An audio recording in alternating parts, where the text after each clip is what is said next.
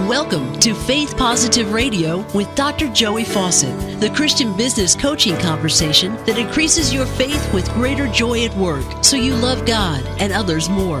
Dr. Joey interviews Christian business professionals just like you to discover their secrets for working faith positive in a negative world. Welcome to Faith Positive Radio with Dr. Joey Fawcett. Faith Positive Nation, we're all in transition, right? We're all going from one place to another, and especially at work. I mean, some of the statistics I read suggest the millennial generation will change careers, not just jobs, but careers 4 to 5 times or more over their work years. How do you do that? How do you discover what we refer to as your divine design and use that in response to the calling that God has on your life in all these different careers? And maybe just as importantly or more so, how do you transition from one career to the next? Today's guest, my new best friend, is going to help you discover exactly how to do that. We are so privileged to have with us today the author of The White Shirt, and he's got a free workbook for you and an opportunity to participate in an online coaching group as well. So be sure to listen to the end of the podcast and watch it all the way. The White Shirt is the name of the book, and the author and my guest today, friends, is Michael Alan Tate. Michael Alan Tate, welcome to Faith Positive Radio, my friend. Well, thank you, Dr. Joy. It's such a privilege to be here with I've seen all your great guests you have on. I'm just honored you to have me be one of them. So thanks for having me today. Hey, any man that'll hang a fly fishing rod as pretty as that one on his wall, I'm all for having him on. So that means you have a life, right? You get out and play and do stuff. That is great. Well, tell us all about career transitions. You're an executive coach and you're out there in the work world with people. And all of us are in transition from one place to another. So what are you seeing out there as you coach people in transition? Yeah, I say people are either moving up, moving on, or moving over most of the time in their career. So those are the things we talk about and as I work. But this happened because of a personal transition I had over 30 years ago. Mm-hmm. I was job. I loved the job. Things were going well, but I got sick. The environment was killing me. So much so that I wound up in the emergency room with boils all over my body and thinking what's going on with me. And now I know, as I look at the research says, if you have a job that doesn't fit you, what it'll do to your health. And, okay, so this was a work environment that was toxic to your particular calling. Okay.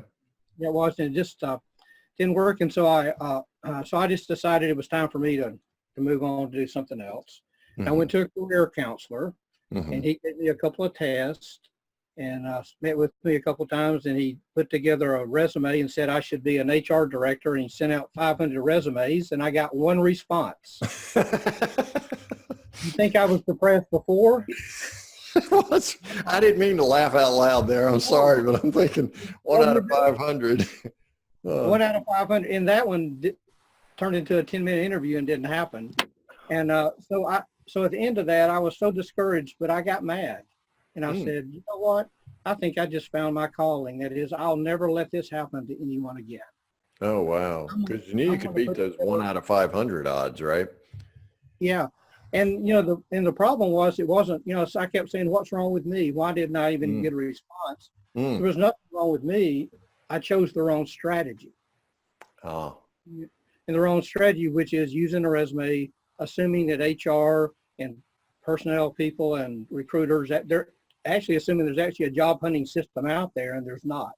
We have to create our own system, and I show a way to do that without a resume, actually putting together a plan for your career before and sharing that with people and asking for their advice will lead you to a job at half the time it'll take, or a third of the time it'll take with resumes.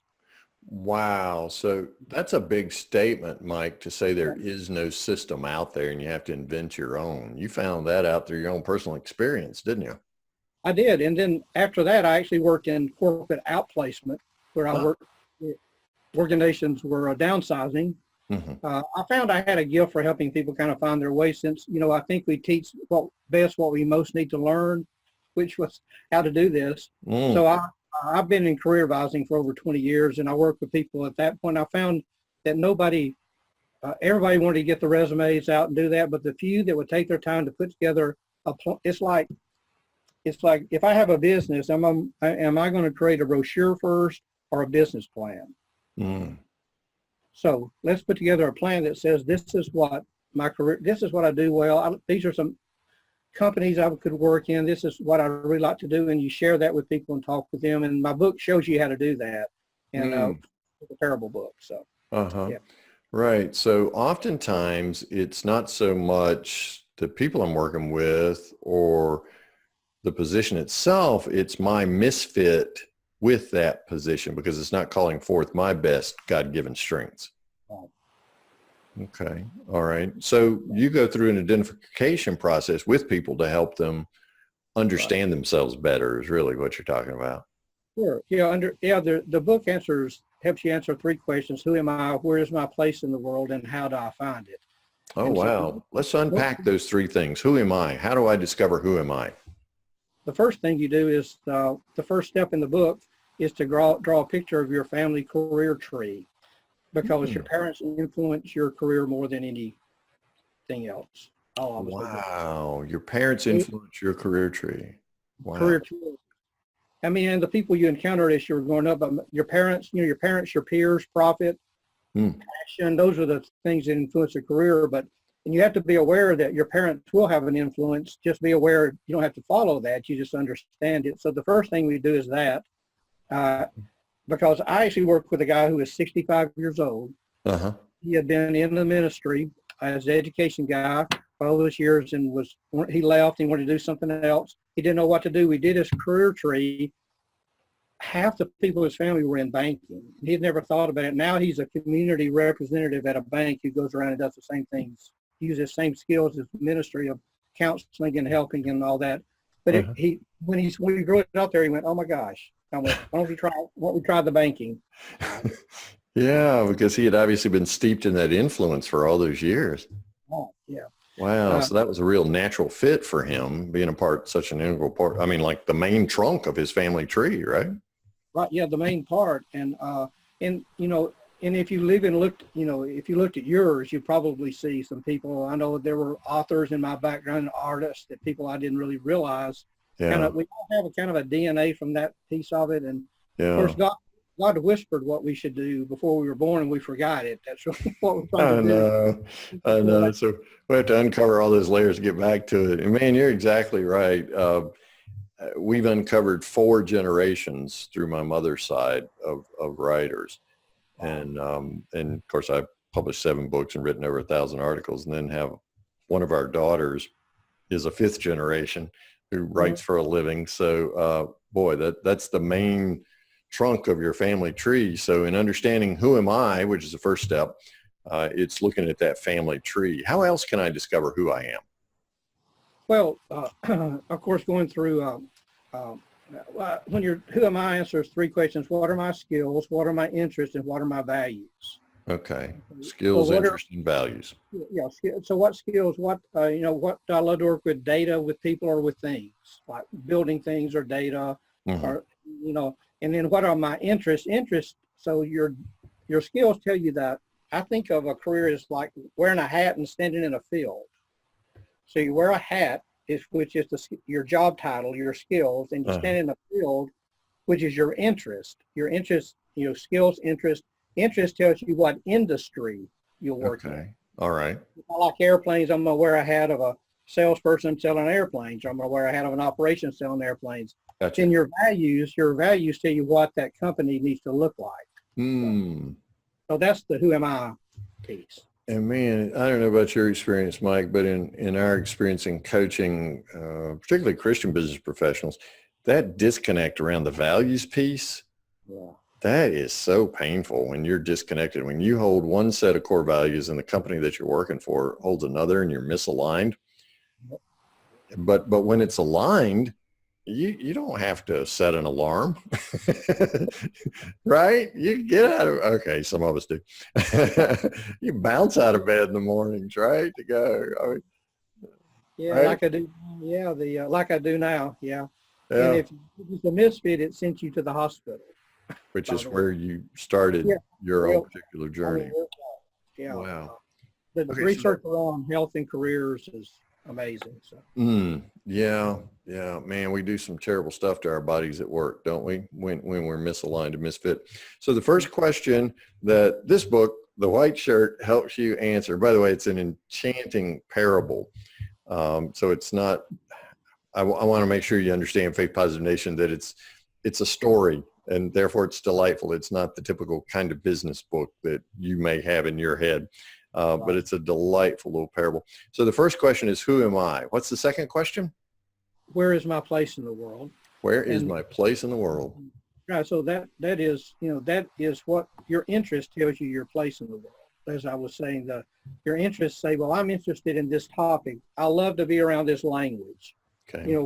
Career should be spelled C-A-R-E-A-R, career ear, because sound. You love, you've been a place, you love the sound of coaching, you love the verbs, you love the verbiage, all that stuff. And people, I work with a lot of engineers, I was walking on a road with engineers, and they all stopped the other day. There's a pile of rocks, and they were talking about how those rocks were put together. And, I had just walked by them, but we all have this innate interest in some topic that pulls us to where we need to be. You weren't quite as enchanted by that pile of rocks, were you, Mike?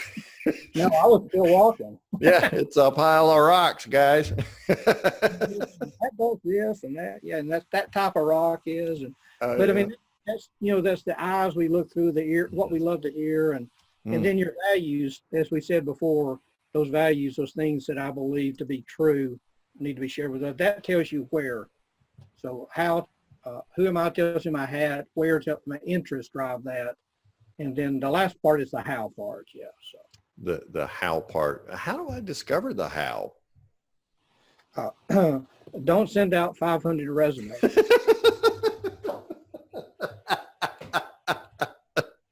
Okay, we can scratch that one off our list, friends. If you're looking to make a career transition or find a new job right now, don't waste your time sending out 500 resumes, right? Well, you can send them out, but you're lining up with all the rest of the people in the world to try. So here's how the job search system really works. There's a table at every organization, and every week, guys, ladies and gentlemen get together at that table, and they look and they say, I see a problem coming, or I see a opportunity coming. Do you know somebody? You sat at those tables, you guys, and said, you know somebody who could help us with that? And they're looking around, and HR typically doesn't have a clue. They're not even in the room. And so, do you know somebody? And so if you're lining up with all the people trying to get their resumes through HR, and the HR's job is to screen you out, and just get a few of them in there. Right. So the way to do it is to put together your plan, your one-page plan, and take it and find about 5 or 6 people and go and say, here's my plan. This is what I'm wanting to do. I don't even have a job title on this plan. I just talk about my skills, my abilities, my interests, my values. And I've got a list of 10 companies I think I'd like to work for. What do you think about those?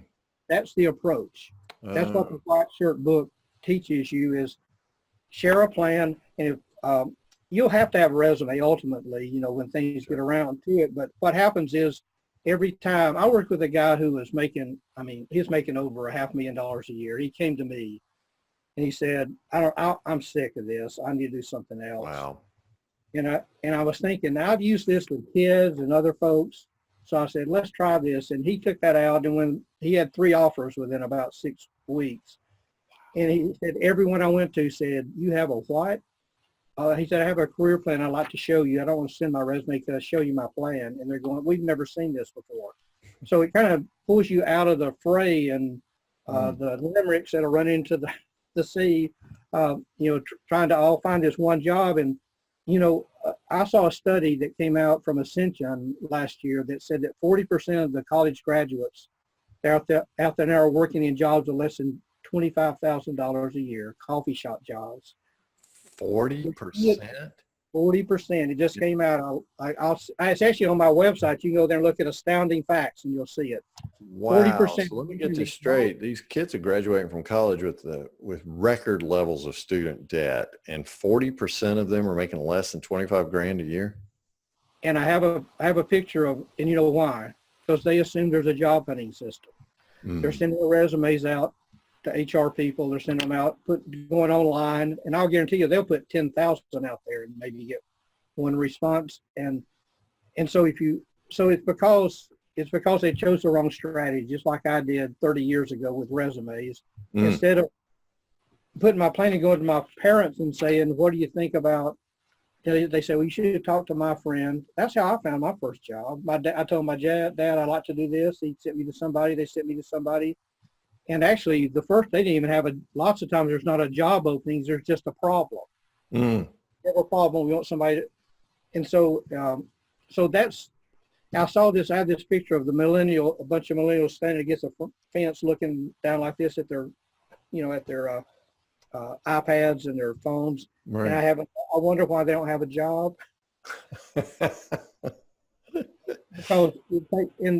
having conversation and just going and I tell you, job search done this way is fun and it's fast. Yeah. And it's actually, you just learn you make a lot of friends along the way, and they refer you to people, and you find a job that aligns with your values, because the people you talking with share your values. So get that piece out of the way. So yeah. Faith Positive Nation, Michael Alan Tate is the author of The White Shirt, and that's the book to which he keeps referring. And so I wanted you to see a copy of that. We'll talk more about that in a minute. Michael's got a free workbook for us too. But it sounds to me like, Mike, you are flipping the process. Instead of trying to get through HR, which all the other cattle are trying to get through that gate at the same time, you're really flipping it to go find the hiring manager, but to move into a consultative process as opposed to a submission process. Is that close? Correct. Yes, that's very well put. I'll write that down. well, yeah. I'm just listening to you, knowing. Yeah. You're being a consultant, and you're gathering data, and right. And actually, people would offer. I have people go and do that and say, "I'm like this information." They get a job offer, and I'll say, "Tell them no. I have a couple more weeks to do some research." And by the time you've done your research, when you get to the place to have a job offer, you've done so much research, you can actually tell them sometimes the problems they're facing. So I'd call it, it's instead of being a job beggar where you're having a resume, you're a researcher. So job search is just research. And research will lead you to a job opening or a problem that someone needs to solve, rather than going for the job. Just think of it as a research project. That's all. That's how we think about it. So. Right. So, Mike, how does your faith inform the work that you do with people who are trying to flip the relationship and they need a job, but it sounds to me like the spiritual exercise here is moving from me to thee. In other words, it's not about you giving me a job. It's about my helping you solve a problem. So how does your faith interact right around that flip in the conversation? Yeah. Well, one of the exercises, one of the things in the book is I ask you to write down what you're most thankful for and least thankful for every day in your job, which is, and it opens up a picture of your next job, obviously, but thankfulness and to me, thankfulness just opens up everything. And I just one of my favorite scripture verses is, "I will never leave you or forsake you" in Hebrews, and God is always with us. And if you combine that with knowing that you're there to serve people and help a company rather than trying to just get a job. Part of my book is my work my work verse, which is, "For you were created in my innermost being. You knit me together in my mother's womb.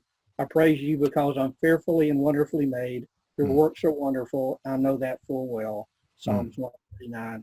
And so if we can just get back to slow down enough and get some advice, and because God speaks to us in three ways, through the Bible, through prayer, and through other people. Sometimes we don't, we need to think about how those other people really help us see God's way and God's path in our lives. So that's why you pick the people you go to get advice from very, very carefully, and they'll lead you there. So. Well, what I hear you saying is God prepares these people for us in our lives and then leads us to them. So how did you know to whom God was leading you? You'd sent out 500 resumes, got one response, 10-minute interview. What then? Yeah, well, in a very rudimentary way, I, uh, uh, uh, I pulled out the book called What Color is Your Parachute? Yeah, I remember that book. And I did those exercises, and I found out about my skills, my interest, my value. And I talked to a few people who just said, you do this one thing, you know, you're just naturally help. I had several people, you helped me find my way. You helped me find my way. And finally I heard it. And realized that was really God speaking through them, telling me this is your place. And how can I make a living helping people do this? And, you know, here we are. Yeah, and then the research started about how you can do that, and then here you are today. I like to think about it, Mike, as prayer and Bible study provide that internal affirmation of who I am, what my interests are, my values. But then the conversations, the social involvement, as Sean Anker would refer to it, with the conversations and relationships with other people, really provide that external confirmation. And so there's this alignment between the internal affirmation and the external confirmation. And God speaks in both places, and then we stand at that intersection. That's what I hear you describing. And it's just hard to learn to pay attention. Well, I guess that's why another psalm, the 46th Psalm, the 10th verse says, be still and know what? Right. Yeah, wait on the Lord. That's it, man. Know that I am God. And the first commandment is don't have any other gods before me. Well, I don't know about you, Mike, but my favorite God's myself, and I like to get ahead of God. So what I hear you describing here is a process really going inside and discovering the answers that God has for you, or that passage about you knew me when I was being knit together in my mother's womb, and then going outside to see how people interact with you best. Yep. And I told you I read Richard Bowles' book. Right. And, I went and worked with him. I asked him to help me get in this field, and he did it just because who he is. Wow. And he's written he was asked one time, how do you find your mission in life? And he said there's three things: love the Lord your God with all your heart first. Wow. Love it yourself second, and the third gets real clear real quick. You know, and so I hope. and yeah, that's great. I love it. The third just takes care of itself, doesn't it, Mike? It does. It does. Boy, how we complicate things. We do. Well, that was the beauty of Jesus. He made the complex simple. Not easy, but simple, right? Love God with everything you are and your neighbor like you do yourself. That's beautiful. That's beautiful. Well, Michael Alan Tate is the author of The White Shirt. And where can we get this book, this excellent parable? Anywhere, Amazon, online, bookstores. Okay. And it'll be out in audio by the end of the month. We'll have it out. Sweet. Now, will Faith Positive Nation recognize your voice and doing the audio? No. Absolutely not. Okay. No, Somebody else is narrating it. Okay. We got a pro. I have whiteboard. I actually have whiteboard videos on my website, and I have a guy who does my videos for me because that's not my gift. I'm okay, but I understand. I understand. So Faith Positive Nation, when you go get the audible version of The White Shirt, don't expect to hear this voice you heard today on our podcast. It'll be a voice double. How about that? Mike, you also have a special gift for Faith Positive Nation that you want to share with us. Yeah, I do. We've developed a workbook because we found that the one thing I didn't say, which I'm glad you asked me, Sure. This is the only career book in the world ever designed to be done with a friend. It's Oh, really? So this is a partnership book. Partnership book. Okay. We are better than one because if one Yes. fall down, Ecclesiastes tells us. So it is designed to be read with a friend. So the workbook's for a friend. It's also designed for church groups, for a group of youth through finding their place in the world. So the workbook's there. You're going to get a free copy of that workbook if you just go on and say you saw me. And it'll, for the next 30 days, it'll be up there. It'll be free for everyone. Okay. And then also you'll be asked if you'd like to be part of a beta group. But we're going to I'm putting together an online course that in 7 days, getting one email every day for 7 days, you can write your plan for your career moves. And that'll be ready by the end of the month. I'll ask you if you'd like to do that. Like to no charge, just be a beta. I need 100 people to do that. So, Right. Those are my offers. So. All right. Wonderful. What's the web address that Faith Positive Nation can go to and get this workbook and the opportunity to participate? whiteshirtbook.com/podcast, but whiteshirtbook.com/podcast. Okay. Wonderful. So you go there and you tell them that you heard Michael Alan Tate on Faith Positive Radio. You just fill that out, and then you get the free workbook, and you also participate in the online beta group. An email a day, so in 7 days you can put together your one-sheet career transition plan. Mike, Faith Positive Nation always wants to know from our guests about a favorite Bible verse or Bible passage. Now you tossed up a couple a moment ago there. One of them your favorite, or you got another one? There's one in Jeremiah. It's way too long. For I know the plans I have for you. Yes. That you'll prosper and not harm. Jeremiah 29, 11, 13, I think. But that's a heart verse for me. And why is that Jeremiah passage so important to you, Mike? Because I have this. I've seen it happen to me. And I have this romantic belief, whatever you call it, that before you were born, God whispered, "This is what I need you to do," and you forgot. And every time you get close to it, you come alive. Wow. And if this book will help someone do that, then that'll be worth it all. Wow. You're giving life. I appreciate that. And that's the subtitle to the white shirt. Find your peaceful and life-giving career at any stage of life. So go right now over to Amazon, or if you check out Audible and it's not there yet, be sure and go back and get that. And the white shirt. And whiteshirtbook.com/podcast is where you can get the free workbook for Faith Positive Nation. And then also you get an opportunity to participate in an online course that Mike is designing. Michael Alan Tate is the author of The White Shirt. Michael, thank you so much for the gift of your time, your wisdom, and man, I just appreciate your heart so much. And I love the way God has taken a painful experience of yours and used that to propel you, to give you a springboard to help others who are experiencing that same pain. Pray God's blessings on you, your incredible family, all those grandchildren, and everything that you touch and do. Thank you, Michael. Thank you, Dr. Joy. Thanks for listening to Faith Positive Radio, the Christian business coaching conversation that increases your faith with greater joy at work so you love God and others more. Suggest guests and ask questions when you email Dr. Joey at info@getpositive.today. And be sure to get your free gift of the 5 positive business conversations to have today coaching program at getpositive.today. Until next time, may God bless you with everything your heart can hope for and more than your mind can imagine.